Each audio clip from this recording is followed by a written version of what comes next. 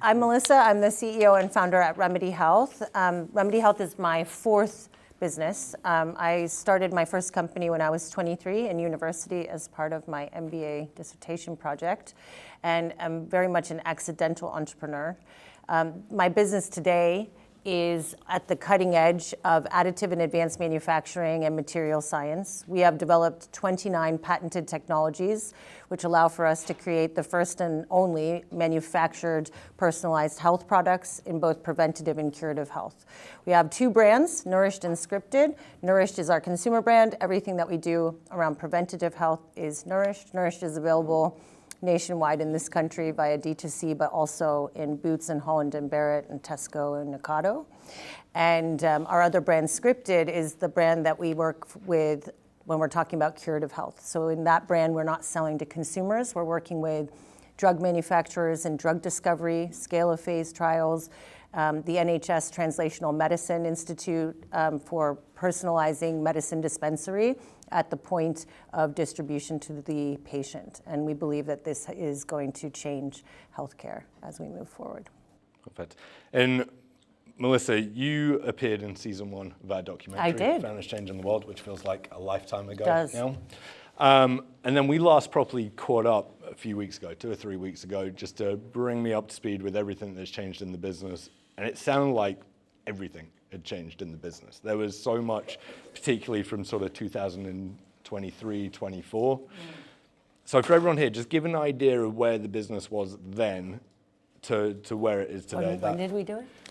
When did we do it? Yeah, when did we do it? That was 2 weeks ago, 2.5 weeks No, ago? when did we do the original talk? Oh, 2022? Okay, yeah. So Remedy Health was formed in 2019. I raised the highest ever female founder seed round at that time with a really pretty slide deck and a nice idea, and used the money from that seed round to build our first factory in Digbeth in the Midlands. That factory served as our launch pad to launch our D2C concept, which is still available today. 60 billion potential combinations. Every person's product is totally unique, made with 3D printing technology and recommendations powered by a really cool AI-enabled intelligent logic algorithm. That concept went to market in the UK, the US, Japan, and is still going extremely strong today. But in about 2022, at the end of 2022, a ton changed actually in the way that online marketing works. I'm sure if anybody was around that, you'll know what I'm talking about. The diminishment of cookies, the way tracking works, everything really changed. And we came to a point where we realized that if we wanted to achieve our ambition of making personalized health accessible to everyone, we were never going to be able to do that by selling one box at a time. And so we decided that we needed to find a way to reach more markets through B2B, through traditional retail, through different access points. The problem was at that stage, the technology and the hardware that we'd built was not capable of doing that. To use a personalized 3D printer to make something at mass is kind of bastardization of the technology, but it's also very not cost effective at all. And so my tech team and I in 2023 started working on a new technology called the NVR, which is now up and running, and it is the world's first high-speed personalization line. It is a very, very large 3D printer, has 352 depositing nozzles, and today it makes around 500,000 7-layer personalized gummies a day. And that technology took us about a year to build from scratch, literally with our bare hands. For context, we build every machine that we have in our entire factory. We have huge CNC machines the size of a car. We have 3D printers that can print metal, ceramic, basically everything except for the control boards. The electronic wires and the motors are 3D printed or CNC'd by us, and all of our technology is built in-house. And so that was a huge undertaking. There was no case study. There was no company we could call and say, hey, you guys did this before, can you help us? We had no idea, honestly, no idea. I mean, we had a little bit of an idea, but we had no idea. Taking something from making one thing at a time to making 500,000 things at a time is quite a big change. And it was a huge investment, both in time, energy, soul, and of course money. And there was a huge amount of time, probably about a 3-month period, where it was very touch and go whether it would actually work. We were producing so much waste, nothing was working. I was playing psychologist to my tech and R&D team to try and keep them positive, going home and crying myself. It was so scary. I thought we were going to have to call administrators because you can't go and raise money when you're doing that. There was no positive story to tell. And so it was very, very difficult. We were very lucky that in spite of all of those things, we had a couple people see the long-term vision and what we'd already achieved, and they backed us, and our team did not stop, including me, until we made it work. And I remember the first day that it did work. We were literally there at 4 a.m, screwing nuts and bolts, changing configurations, and we turned it on, and it worked. It didn't just work perfectly from then on, but that now works, and now that has allowed us to expand into 11 countries, 35,000 points of distribution, global partnerships with Bausch & Lomb, Neutrogena, UPSA, Suntory, Gatorade, others. And that has completely transformed our business. And while D2C is still extremely important, and it is our direct touch point to the consumer, it is a very small part of my P&L when it comes to overall revenue now. And a complete transformation of the business in that window. So within that, and to make all that happen, what were the 3, I suppose, first big difficult decisions that you had to make to turn that all around? The first decision that you have to make is that you're going to do it. And I believe in once you make that decision, that it doesn't really matter how you do it, but you are going to do it. I think the only difference between, and this is in relation to deep tech and software development, and this is not a unique story that is only mine. This is something you will hear many of the greats say. The only difference between the people who win and lose are the people who give up.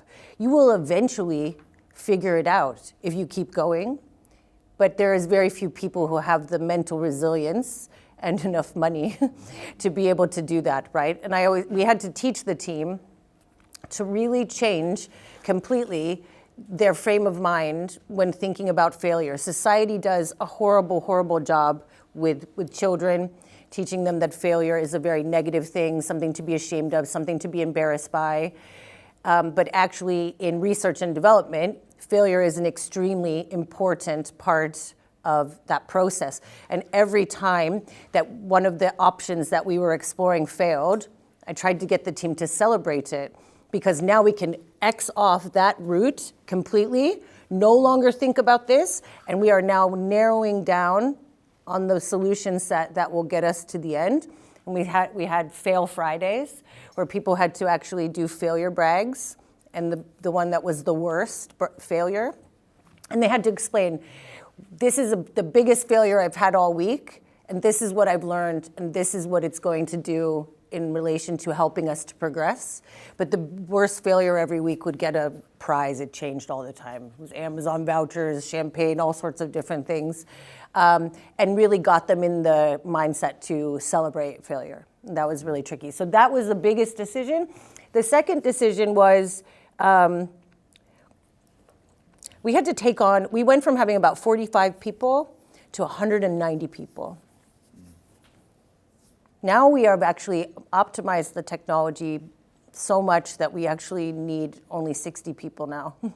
So we are much closer to where we started. But at the beginning, when you don't know how to do it, you got to throw people at it until you figure out how you can make transitions automatable. And that was a huge responsibility. That was a humongous payroll. Oh my God. But it was also a huge responsibility, and it was very difficult, because when you hire people one at a time, you can be very thoughtful, you can be very curated in their onboarding, you can be really involved as a founder in bringing people into the culture. When you hire 100 people at once, it's so difficult. And I think what really showed through was that our middle management, who had already been there, actually did a humongous job in protecting and guarding. They were guardians of the culture, guardians of the business, and they were the ones that would come to us and say, this person is for Nourished, this person is not for Nourished. And they would come and they would give us feedback about who amongst the new starters was really, made of the right stuff for us. And then I think the last thing was, I had a lot of when I say a lot, when I hear other people's stories, they have a lot of investors. I had but very powerful investors. My Series A, Pepsi led my Series A.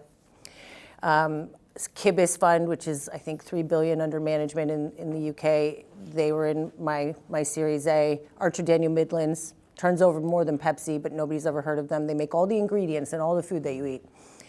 Really big investors, and they did not agree. They did not want me to move away from D2C. They thought it was the wrong idea, and I had to really not fight, but I had to stick to my guns, and really, have a ton of annoying conversations to reiterate why my decision was correct. They all agree with me now. And with that growth, I guess, comes, and we spoke about the discipline that comes with that, the operational discipline. So what changed in terms of reporting, KPIs? Like what changed behind the scene to be able to keep up with that number of people, rate of change, ambition? No, at the very beginning, not enough. I mean, and I don't really think that you can do that gracefully, can you? I mean, if anyone knows how, please can you share it with me? Because there isn't, I don't think, a way to do that.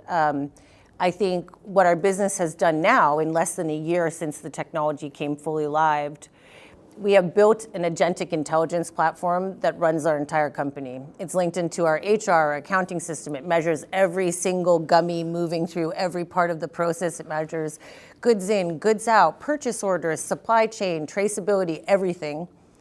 And we add to it all the time because half of our team have been taught how to vibe code, and it is so much fun. And we are just basically building the most comprehensive, customized ERP that I've ever seen. And certainly we looked at all the big players, and I'm so glad we didn't do that because it would have never worked in the long run, because our business, and I think startup businesses and scale-up businesses in general, are not suited to those traditional ERP systems. You're changing and you're so agile and you're pivoting and you're reacting, and that's actually one of your biggest strengths against heritage players in market. But those systems like SAP and Oracle and NetSuite are not set up for that. They're set up to run businesses that have been doing the same thing for a long time, and that is just not suitable. So I'm very happy. And now I have my dashboard on my phone. My team get alerts when certain things need to happen, and I know down to the minute the COGS, the productivity of everything. But that took a while, and we had to do it in retrospect once we saw how it all worked out. But looking back now, though, if you were going through that again, what systems would you put in place first, looking back? I don't really think that there was a system that you could have put in place. When you're doing something that no one has ever done before, and you are learning as you go, the only way is through. The only way is to do it and to learn it. It is painful, it's not graceful, but no one involved in the process, so all my team, everybody who was there and who is still with us, and we didn't lose anyone during that process other than the people that were new and then didn't work out or we didn't need anymore. All of the original team are all still there. They will never have to learn those lessons again. And more than that, more than learning the actual technical lessons and the operational management lessons, they have gained a humongous amount of inner confidence in themselves and in the team around them that we can overcome crazy, crazy problems. Like what feel like insurmountable issues at the time. And so since then, it's not like you go through one problem and that's it. Wouldn't that be good? We have come across a lot of, when you start doing loads of business, when you start shipping out millions of products a month, your exposure to risk is much higher. And of course we've had more problems. But the reaction, the physical and mental reaction of the team has been noticeably different because they have built an inner confidence in their ability and the ability of the team around them to be able to overcome adversity. And I think that that is something that you cannot teach, and there is no system and there is no software that you can get for that. So sometimes you've just got to do it. Yeah. And we've spoken quite a bit there on actually how to get ready on a production level to take it to that level. What else, though, externally needed to change to make you retail ready, to move away from D2C? Yeah, I think, in our product, we're in a highly regulated market. The vitamins are obviously food in general is highly regulated. And so when you sell on D2C, it's still regulated. But if you think about it in the UK, like when we were doing D2C only, we were kind of regulated like a takeaway. We were shipping directly to consumers. There's a lot less scrutiny put on what you say on marketing. Not like we ever did anything wrong, but like really that's when you're buying direct from a D2C brand that is not in retail, be aware that they're potentially not following the rules that you would have to follow if you went into retail. So what I think the biggest change from the operational team was around the production. The biggest change in the commercial team was you do not get to have a website with loads and loads of curated journeys to be able to talk about the product. You have literally this little box. That's it. You need to communicate everything that you need to say to get someone's attention and get them to buy it on this tiny little box. Instead of all of the website and all of that extra curation you can create for special landing pages from certain ads and then certain page sequences. You can't do any of that. You also don't actually ever get to know that person bought your product unless they reach out to you directly. So you can't contact them on email. You can't ask them what they thought. It's a totally, totally different way of doing it. And so your product needs to stand up without all of that extra stuff. So I still think starting on D2C is a great way to do that. Build a customer awareness, build a journey, build a set of ambassador customers that love your product, will talk about it. But once you get into retail, you have a teeny amount of space and you need to stand up against a whole shelf of other people selling stuff that's similar. Whereas when people are on your website, they're only seeing your stuff. Right, so it is a big marketing change. It is a big mind shift in the way that you communicate. The other thing we always hear from founders when they're making that leap into retail is just the pressure on working capital and margins and so on. So give us what was your experience of that? Yeah, I think, we built a diversified business model for that reason. So the D2C model is obviously the most kind in relation to getting paid when the customer buys the product and you ship it out. But to be honest, in the UK, the retailers are really nice. They actually will pay you early if you give them a 2% discount right after you deliver. That's pretty cool. I mean, in America, you're waiting 180 days on average from when you deliver. And that's like a best case scenario. And that doesn't include the time that it takes for you to ship it over, get it to their DC. So when we're now launching in America, we've just signed our deal to launch in America. And that is something that I've done before in my previous brand, Goody Good Stuff. We had 30,000 stores in America. And so I had to learn those lessons the hard way the first time round. And it is a totally, totally different business model. And you need to have enough cash on hand, not just for you to wait to be paid, but also the amount of margin you need to build into your business case is huge. On average, I would say you need 300% between your cost price and what you want the customer to pay, what the customer will pay, and that's more important than what you want them to pay, what they will pay. Yeah. And you've been on a real journey to get to profitability, right? And to break even. So what were the biggest contributors, do you think, in that turnaround to get to the point where you're at the point of break even? I mean, we could have broke even with D2C in like year 3. But breaking even at a really low run rate is what's a low run rate. It depends on your perspective. It was too low for what I wanted to achieve. And so to break even after spending, multiple millions in CapEx and R&D, that is super hard. What we wanted to be able to do was bring our cost base down to 1/10 of what it was on our D2C model. And we did that.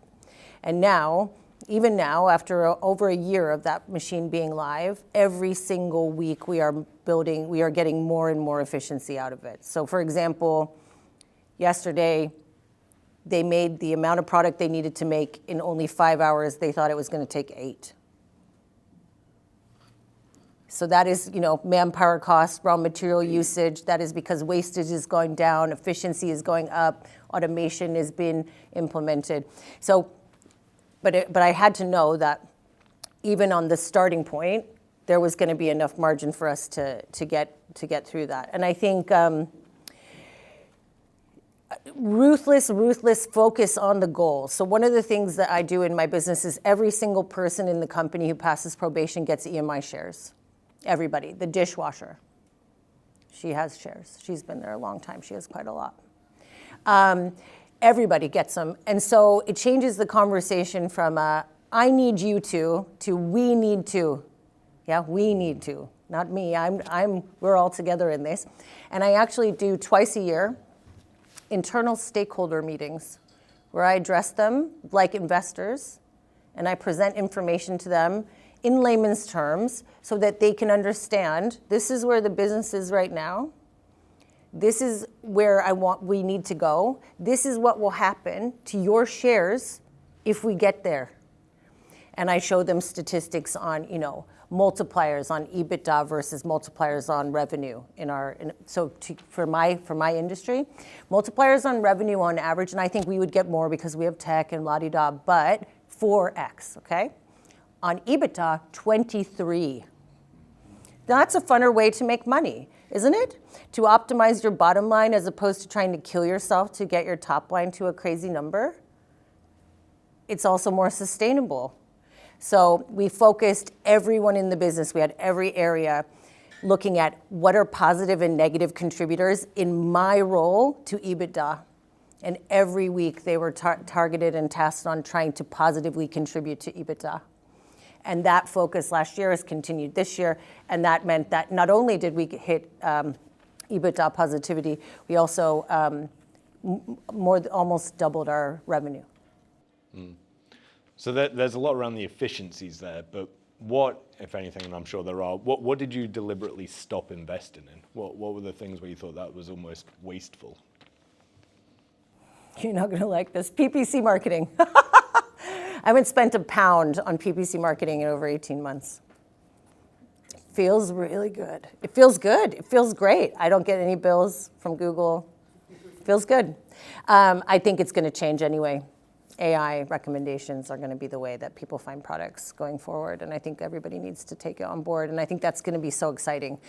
But yeah, I was scared to death when we did that. I was like, oh my God, what if the whole thing falls down? It didn't fall down. We haven't lost customers. We lost around 10%. That's it. Our customers are so loyal. I love them.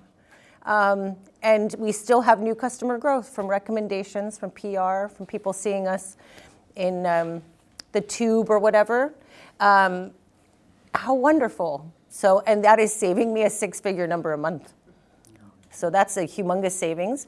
The other thing that we stopped investing in was, well, this isn't exactly stopping investing, but we changed our mindset around team.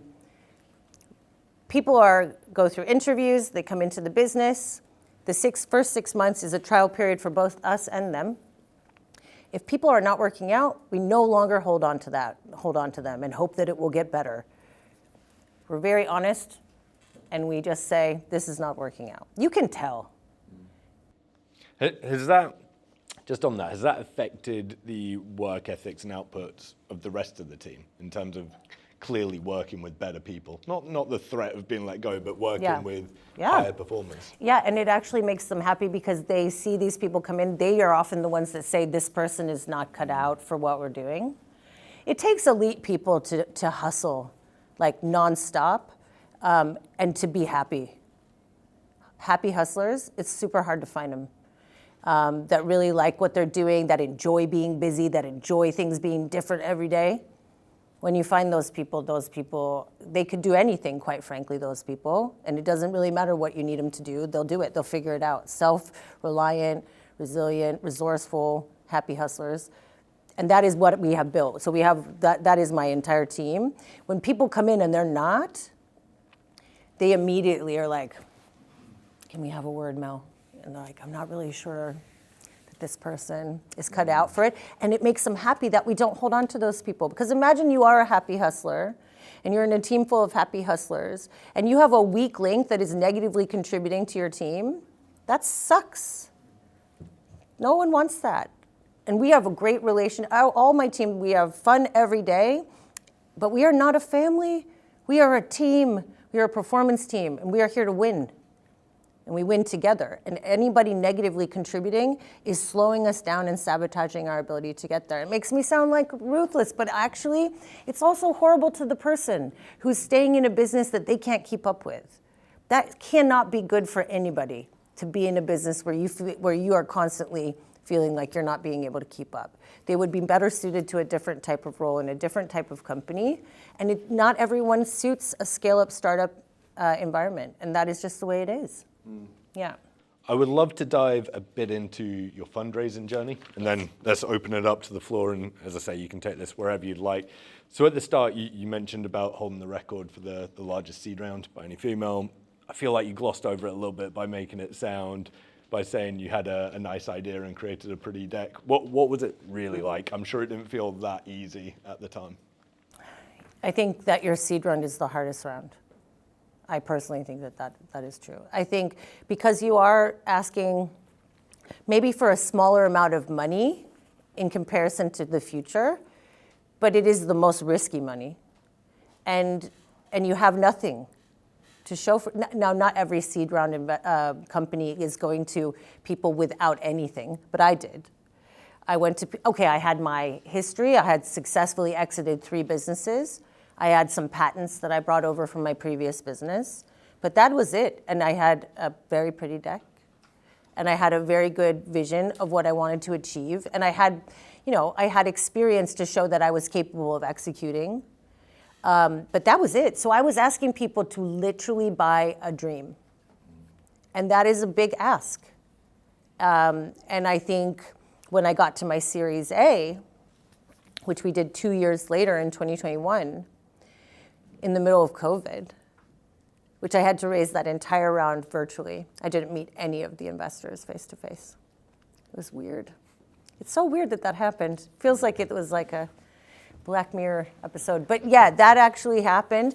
But then by that time, I had my D2C stats, and we had our sell-through rates, and we had our customer reviews, and we had our growth rates, and all our CAC rates, and our LTV to CAC, and all these statistics, and a working factory that I had to go on virtual calls with people, and one of my team had to follow me around the factory to give virtual site tours to people that were investing in the business because they were not allowed to come to the factory. And so I thought that was a little bit easier, but I never used a consultant. I never gave somebody sweat equity for helping me to find investors. I'm saddened when I hear stories of people that have done that, and people have been taken advantage of. There is quite a few people in the world, that both companies and individuals, that actually use their intelligence for evil, and that sucks. But that is the truth. And I think I'll tell you what I did. I bought a book called Venture Deals. This book gets updated every single year. If you don't already have it, you should get it. It's great. I would get the paperback one as well as the Audible, because it's fun to listen. Not fun. It's proficient to listen to it in the car, but also it's great to dog ear pages and then write on it and stuff. It explains who are all these people? What are these job titles? What are these different kinds of funds wanting from me? It gives you a ton of practical advice. It has a ton of little case studies and individual interviews with successful founders that have just gone through it, and that's why it's updated every year, because all new content gets added to it all the time. The High Growth Handbook by Eli Guild is also apps. I reread it all the time. It's so good. And that, again, he has a whole blog, but he updates it every year, and it's so, so, so good. Practical advice about how to set up your board, how to negotiate a term sheet, what things to look out for. And obviously you should have a lawyer as well. But don't let your lawyer be your only advice. you really need to also arm yourself with enough information so that you understand what you're agreeing to and what you're not agreeing to, right? And what is really important to you and what, because anybody can raise money, quite frankly, guys, anybody can. There is a ton of money. The idea of raising a round is not just to get money, it is to get money at the right price without giving up all your rights, right? You hear these horror stories of people that gave pref share ratios of 3x. What were they doing? And shame on their lawyer. But these are horrible things that are happening to founders where, they think they're so desperate for the money that they lose their negotiation position. And I think that's also just comes from being a good salesperson. Regardless of how desperate you are, do not ever show that. Never. Never. And I'm not saying to lie, but just allude to the fact that there are loads of other people wanting this deal, and I do need you to make a decision quickly. It would be a real shame if you missed out. Seriously, because it is FOMO. It's simple FOMO. I would love to tell you it's more sophisticated than that. It's not. It's not. And as soon as you get one, you will find that lots of them come. And this is horrible advice, and I remember someone giving it to me before and making me really annoyed. But it is true. If you can, raise when you don't need the money. It's a lot better for your mentality, but also for the way that you can negotiate. So, this woman once told me at the very beginning of my seed round, she goes, "Oh, you'll never stop raising." And I'm like, ugh, that sounds horrible. This is not enjoyable at all. It is literally sucking all of my time. It's constantly, you get rejected. You have to constantly think about it. But she's right. Even after you've just finished your round, all the people who didn't get in, you've got to keep them sweet. You never know. You never know. The other piece of advice I would give you is make sure you have a diversified syndicate. And that sounds straightforward, but actually it's very rare. And when I say diversified syndicate, I don't mean make sure you have lots of different investors from different fields, although that is good. Make sure they're related somehow to your business. But I mean different types of investors. So angels are fantastic. They can cut you a check for an emergency in 5 minutes. They don't have an investment committee. They don't need to ask anybody. They don't need to do any DD. They can make a decision based on their own view at any time, and that will come in handy from time to time. I have more than once had to call in an angel investor to give the business a small loan, which we paid back the following month. There's no way one of my CVCs or my VCs would have been able to do that ever. So having family offices and angels that are really bought into what you're doing as just a small part of your syndicate, always really good to have. And then I think the other piece of advice I would give you is, if you have the style and grace to get it, you should try and make sure that you spread your investment capital across multiple investors as opposed to giving one of them loads of power. So I don't have a single investor that has more than 6%. And in total, we have raised over 20 million. But none of them have any power. And when I say no power, of course, they have rights. They all have rights. That's fine. They're all allowed rights. None of them has the voting power to push the business in one direction or another, or to influence any major decision that we make. The business and my management team and I have still the majority of the company, but more importantly, none of the investors are more powerful than the other investors, really. They're all kind of like 3, 4, 5. They're small percents, so it's not nothing. They care, but they're not in there trying to push me into doing something that I don't want to do. And certainly, I've seen that happen in other businesses. So, yeah, those are my pieces of advice. Amazing. You have to shoot off to Downing Street. I do have to go to Downing Street. Which is probably the best excuse I've heard from a speaker having to run. So look, I'm keen to hand it over to you guys. Let's take it wherever you'd like. So who is straight away? What are you doing at Downing Street? So our business has been honored to be chosen in the new cohort for the Future 50. So yeah, I'm super proud, actually. It's an award you can't apply for. You get tapped for it. It's really amazing. Thanks. Oh, sorry, you decide. I'm not doing it. I'm not doing it. I'm not in charge. I'm not in charge. Over to you. This is a question more for the early stage of your business, but did you have a specific hiring process? Is there certain metrics that you looked at when interviewing, or Is it literally just a case of hiring people, giving them 6 months, and then No, in the very beginning, I handled all of the hiring myself. I obviously had support. One of the first hires I made was head of HR, so that they could help me to do it. But no, every single person I interviewed, I onboarded every single person. We sat in a room much smaller than this all together. So you don't have a culture problem when you all sit in the same room. You don't have those kinds of topics. You don't really have to think about them. It's just inherent. If I could give you a piece of advice, what we did in the middle stage of our business, which was a mistake, was we went out and hired experience. I hired some extremely well-recommended, experienced people who were so experienced they had zero hustle. And it was a big mistake. Because I was like, yes, we have enough money, we can afford this person, we can afford this. It was a car crash. It did not work at all. So what I think is very difficult still to this day is finding someone who has enough competency and experience to be able to operate in a very serious level, high level corporates, big retail, et cetera, but that also still has hustle and ambition and actually enjoys, the nitty gritty. Not saying that they're doing all the nitty gritty, but they have to at least understand and know how to do it, or they're not going to be able to do it well in a scale up. And was there, sorry, just to follow up, was there any specific case or channel that you looked like LinkedIn? Because obviously once you start making it and it's a bigger company, you attract people, but at the beginning, you're almost convincing people why they should bother. Yeah, it's such a good idea. Okay, workinastartup.com. If you guys are not already putting your jobs on workinastartup.com, why not? It's totally free. And when you put them on there, they also post them on all the big job boards that cost money for free. Do that immediately. And you get people who are looking to work in a startup.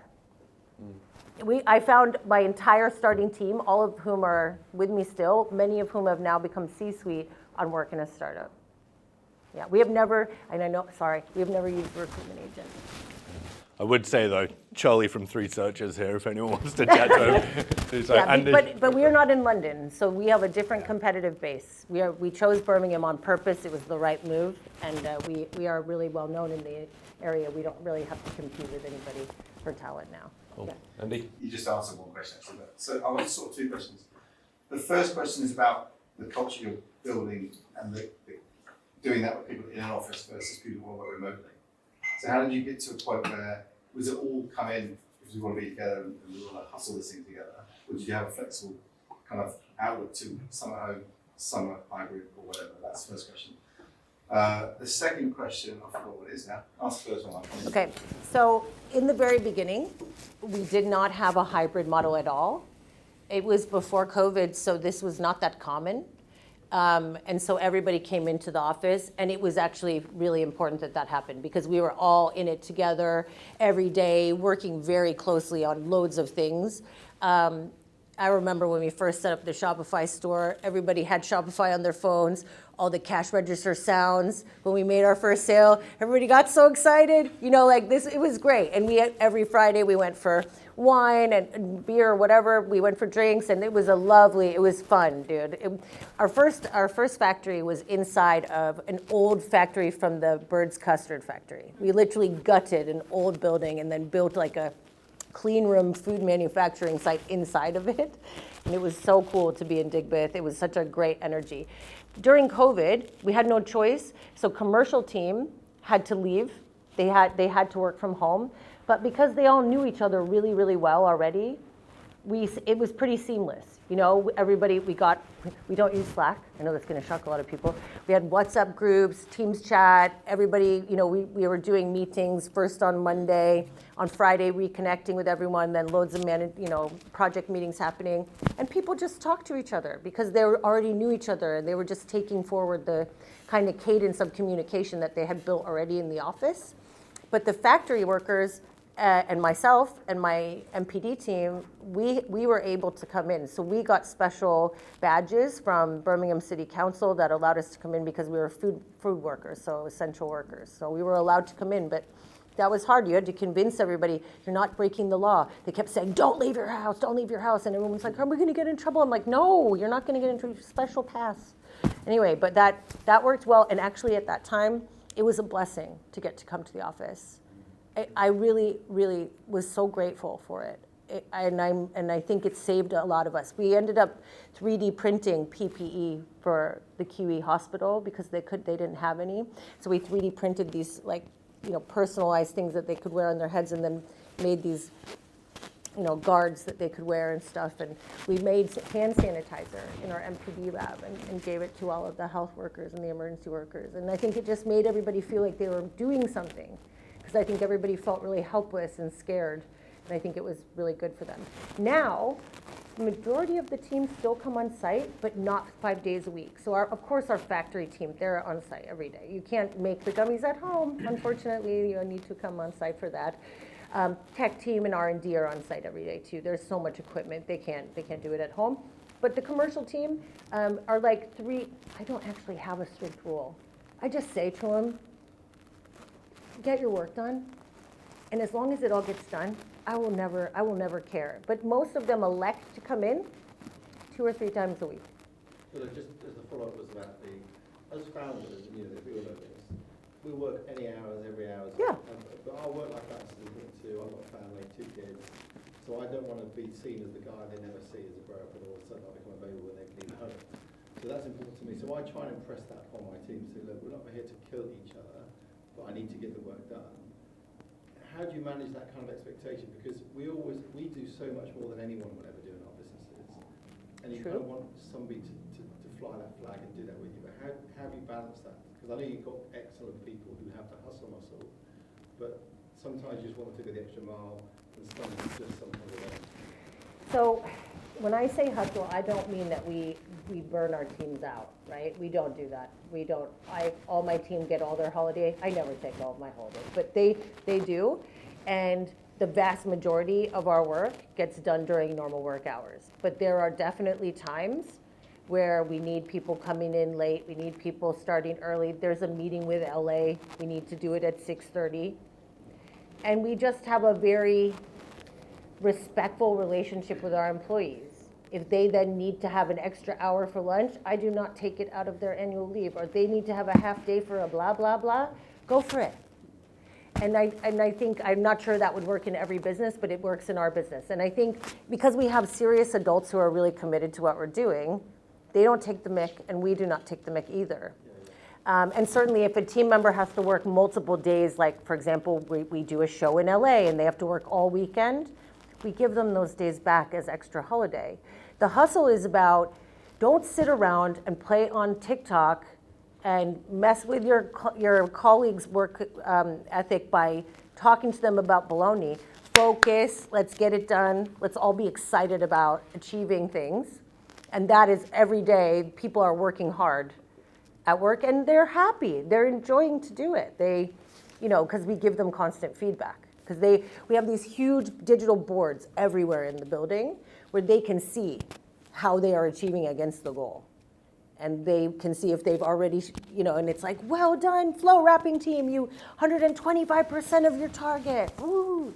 And everybody congratulates them. And same thing on the marketing team, well done, the return on investment on that marketing scheme, and we try and just, not superlatively, because you should always make sure that your praise is honest and authentic. We're not celebrating monotony, we're celebrating real achievement. But when you have it, you absolutely need to celebrate it, and so they're happy. But I have 3 kids, and I get it, and 2 dogs also, which I like spending more time with my dogs, if I'm really honest, at the moment. I have teenage children. That's fine with them. They're not interested either, so it's all good. They only want me when they want money or a ride, but that's okay. I'm good. It's fine. But no, I think life is life. You're going to spend most of your time at work. You've got to find a way to love what you do. When you surround yourself with other people who also love what they do, it doesn't feel like work. And everybody respects each other's needs outside of work. Yeah.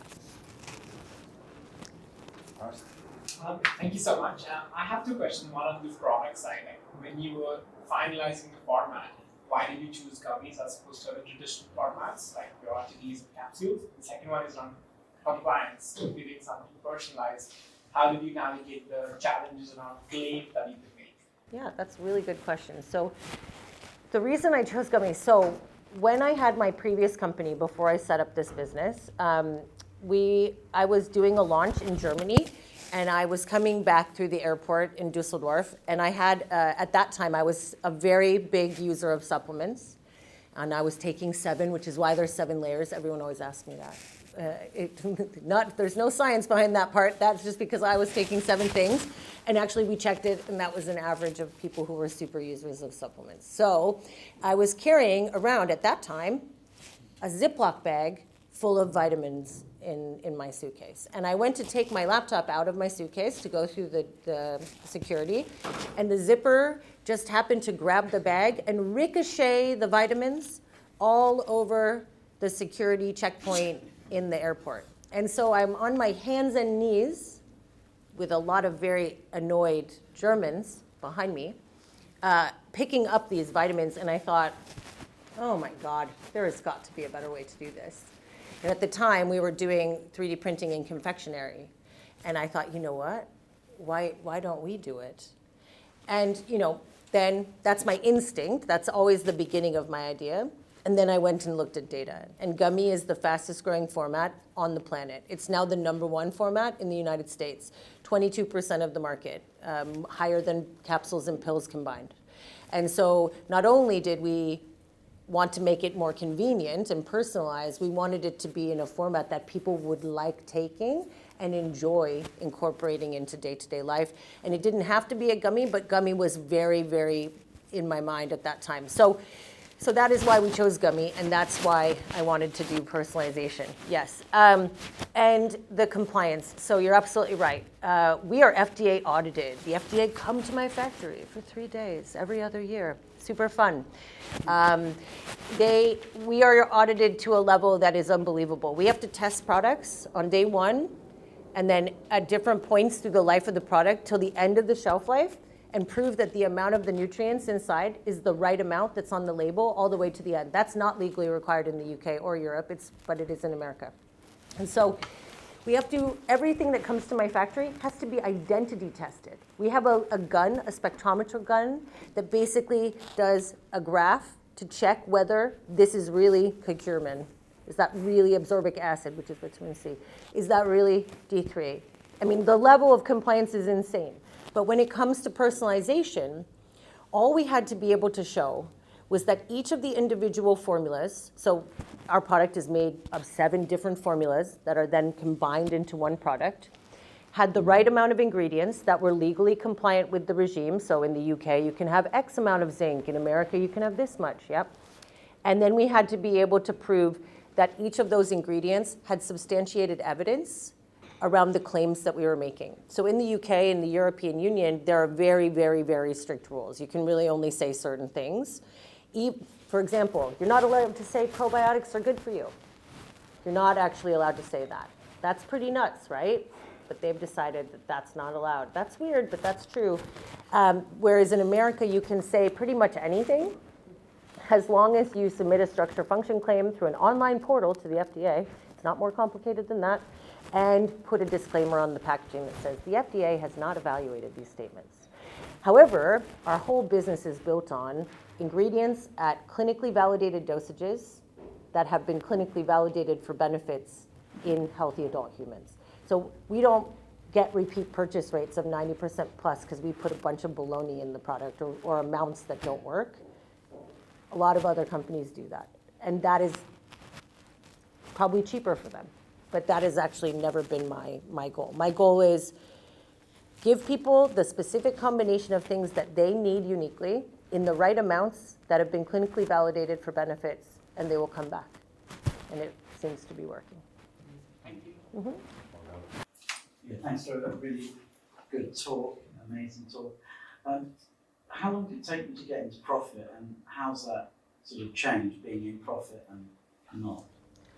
Yeah, so as I mentioned, I think our business could have gone into profit in probably year 2, the very end of year 2, but we decided to keep investing all of our money in CapEx and in a ton of exploratory technology. And so, I mean, my balance sheet, I think I have 8 million quids worth of equipment on my balance sheet. You know, like we're not a traditional startup. We're not like a software company. So we have a really big balance sheet full of assets. And all of the time that it takes to develop new technology also is time that you have to accept has an opportunity cost that you're not using that time, energy, and resource to then sell, right? Because you have to focus on building something totally new. It is a risk. It could have gone the wrong way, I guess. I felt very confident that it was the right thing to do. If we had stayed as a pure D2C business, I don't think that we would have done well anyway.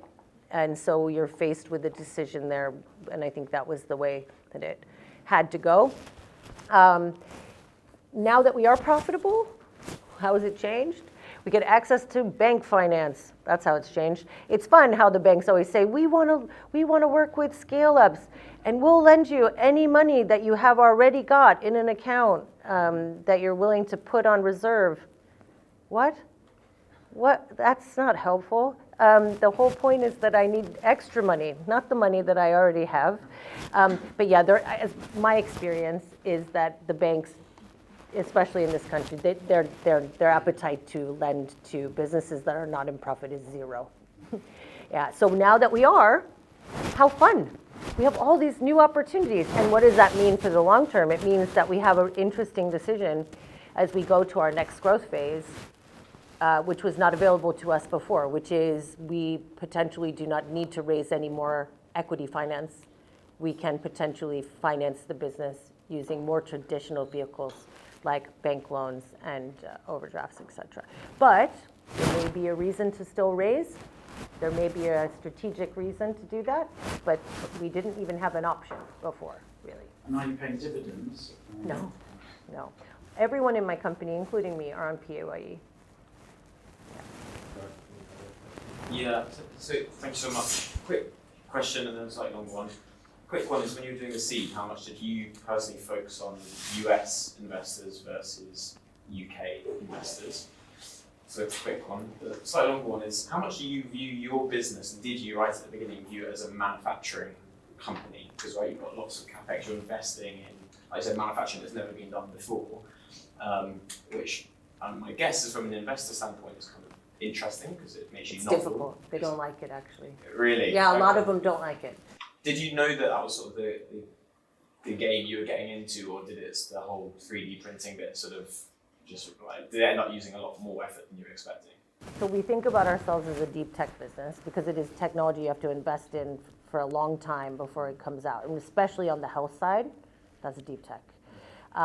Now, did I think about it really when I was thinking about how it would open up investment? No, I didn't.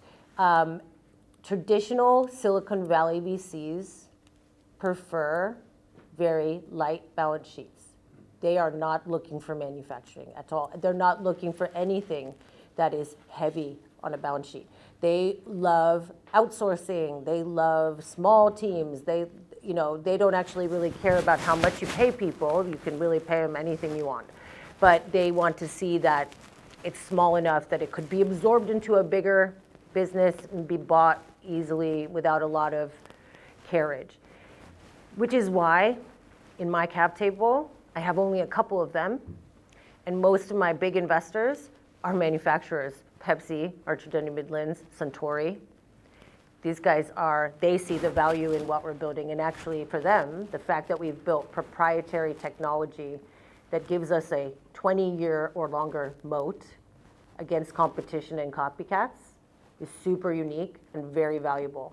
And so they see it very differently. And so I think that's something that you should think about. I would never, ever design your business so that you can cultivate extra investor interest. There are many, many, many kinds of investors, and there is one that will like what you're doing. You should design your business around the customer. That is it, always. The focus, I never actually intended to focus on. I'm obviously American, but it wasn't like I lived in America and I raised loads of capital and my dad's a venture capitalist. Like my dad was the director of the USDA. He is like the farthest thing from a venture capitalist you can imagine. So I had no connections or anything. My first actual investors came from Europe, weirdly. And I met them, I met my very first investor at a Seed Legals mixing event for investors and startups. And if you're not already going to those events, you should, because they are super cool and they give you a very soft landing into meeting people. Once you meet one, they introduce you to others, etc. And weirdly, our business ideas, once we got off the ground, Pepsi came to me. You know, you're showing up on Crunchbase, you're showing up on their internal research, and they start coming to you. And now they come to us a lot, and it's very difficult because you want to never turn away a good opportunity, but you also, you know, I'm never going to be judged by how many investor meetings I take. I'm going to be judged by the success of our business. And so I need to many times a week say, stop, stop, stop. Focus on this. Put that off. You don't need it right now. Yeah. We have time for a couple more. Faisal? Really interesting talk, by the way. So thank you so much for taking the time. At what point did you decide that or was it from day one that you decided to invest in your own machinery, in your own everything? Or did that kind of come a bit later on? And how did you kind of manage that process? And if it came later on, when did you decide, actually, we'd rather do this in-house? And obviously, once you bought it in-house, especially because you're building something proprietary, quality control, is it going to go wrong, etc. Just talk us through that whole thought process. So in my previous company, I developed the first vegan allergen-free gummy candy. And I had no factory, so by some amount of crazy luck, I was able to get the world's largest manufacturer of gummy, you can guess who it is, to make it for me. And I learned how to make gummy from them. It was an incredible education, something I'm extremely grateful for. I would definitely not be where I am now. Making gummy is an art form. It is chemistry, it is process, it is super hard to do. And so actually just learning that from people like that invented the category was an incredible thing. But that being said, while I was working with them, I was so continuously frustrated by the lack of agility in what they did. I had to order 100,000 bags per flavor to get them to turn the line on. And I'm just a single person doing that company on my own at that point, no investors, yeah? It was really hard. I remember I bought a container load with my Amex Platinum card once. And luckily I got paid by the account before I had to pay my bill. But, you know, those are the stories that you have in your back of your mind. But that was really prohibitive. I couldn't do anything limited edition. I started selling in the Middle East. I wanted to do lemonade mint. I couldn't do it. I couldn't do anything special. And if I wanted to do a new product development, the average time was 2.5 years. And I'm not talking about real innovation. I'm talking about I want to change one flavor. Or I want to do I want a unicorn shape. That's 2.5 years. And so when I came out of that sale, I sold that business to Cloetta, which is a PLC based in Stockholm. And when I came out of that sale process, I was left with a ton of learning, but actually a massive amount of frustration in traditional manufacturing. And so at that time, I had never used a 3D printer in my life. And so I went out and I looked I wasn't specifically in love with 3D printing. I just wanted to find another manufacturing technique that would allow me to be more agile as I moved to the next stage. And I just thought, this can't be all the manufacturing, but it is. It's like literally 99.9% of all manufacturing is done that way. And so I found 3D printing. I started going to maker labs. I started going to loads of events around 3D printing. I bought 3D printers off the internet, took them apart, put them back together, taught myself G-code, and actually built the very first FDA-compliant 3D food printer myself, which I patented before setting up Remedy Health to make confectionery. And so when I went through that process, and I went to MakerBot, and I went to Ultimaker, and I went to 3D Systems and Stratus and all of the big players, and asked them if they would do it for me and I could pay them or we could do it together. They were like, can't be done, shouldn't be done, can't be done for less than $10 million, can't be done in less than 6 years. And I was like, I do not have said $10 million. No, I am not a patient woman. So this is not going to work out. So I had to do it myself. So when I had already done that, when I came to build this business, I knew, first of all, there is nobody.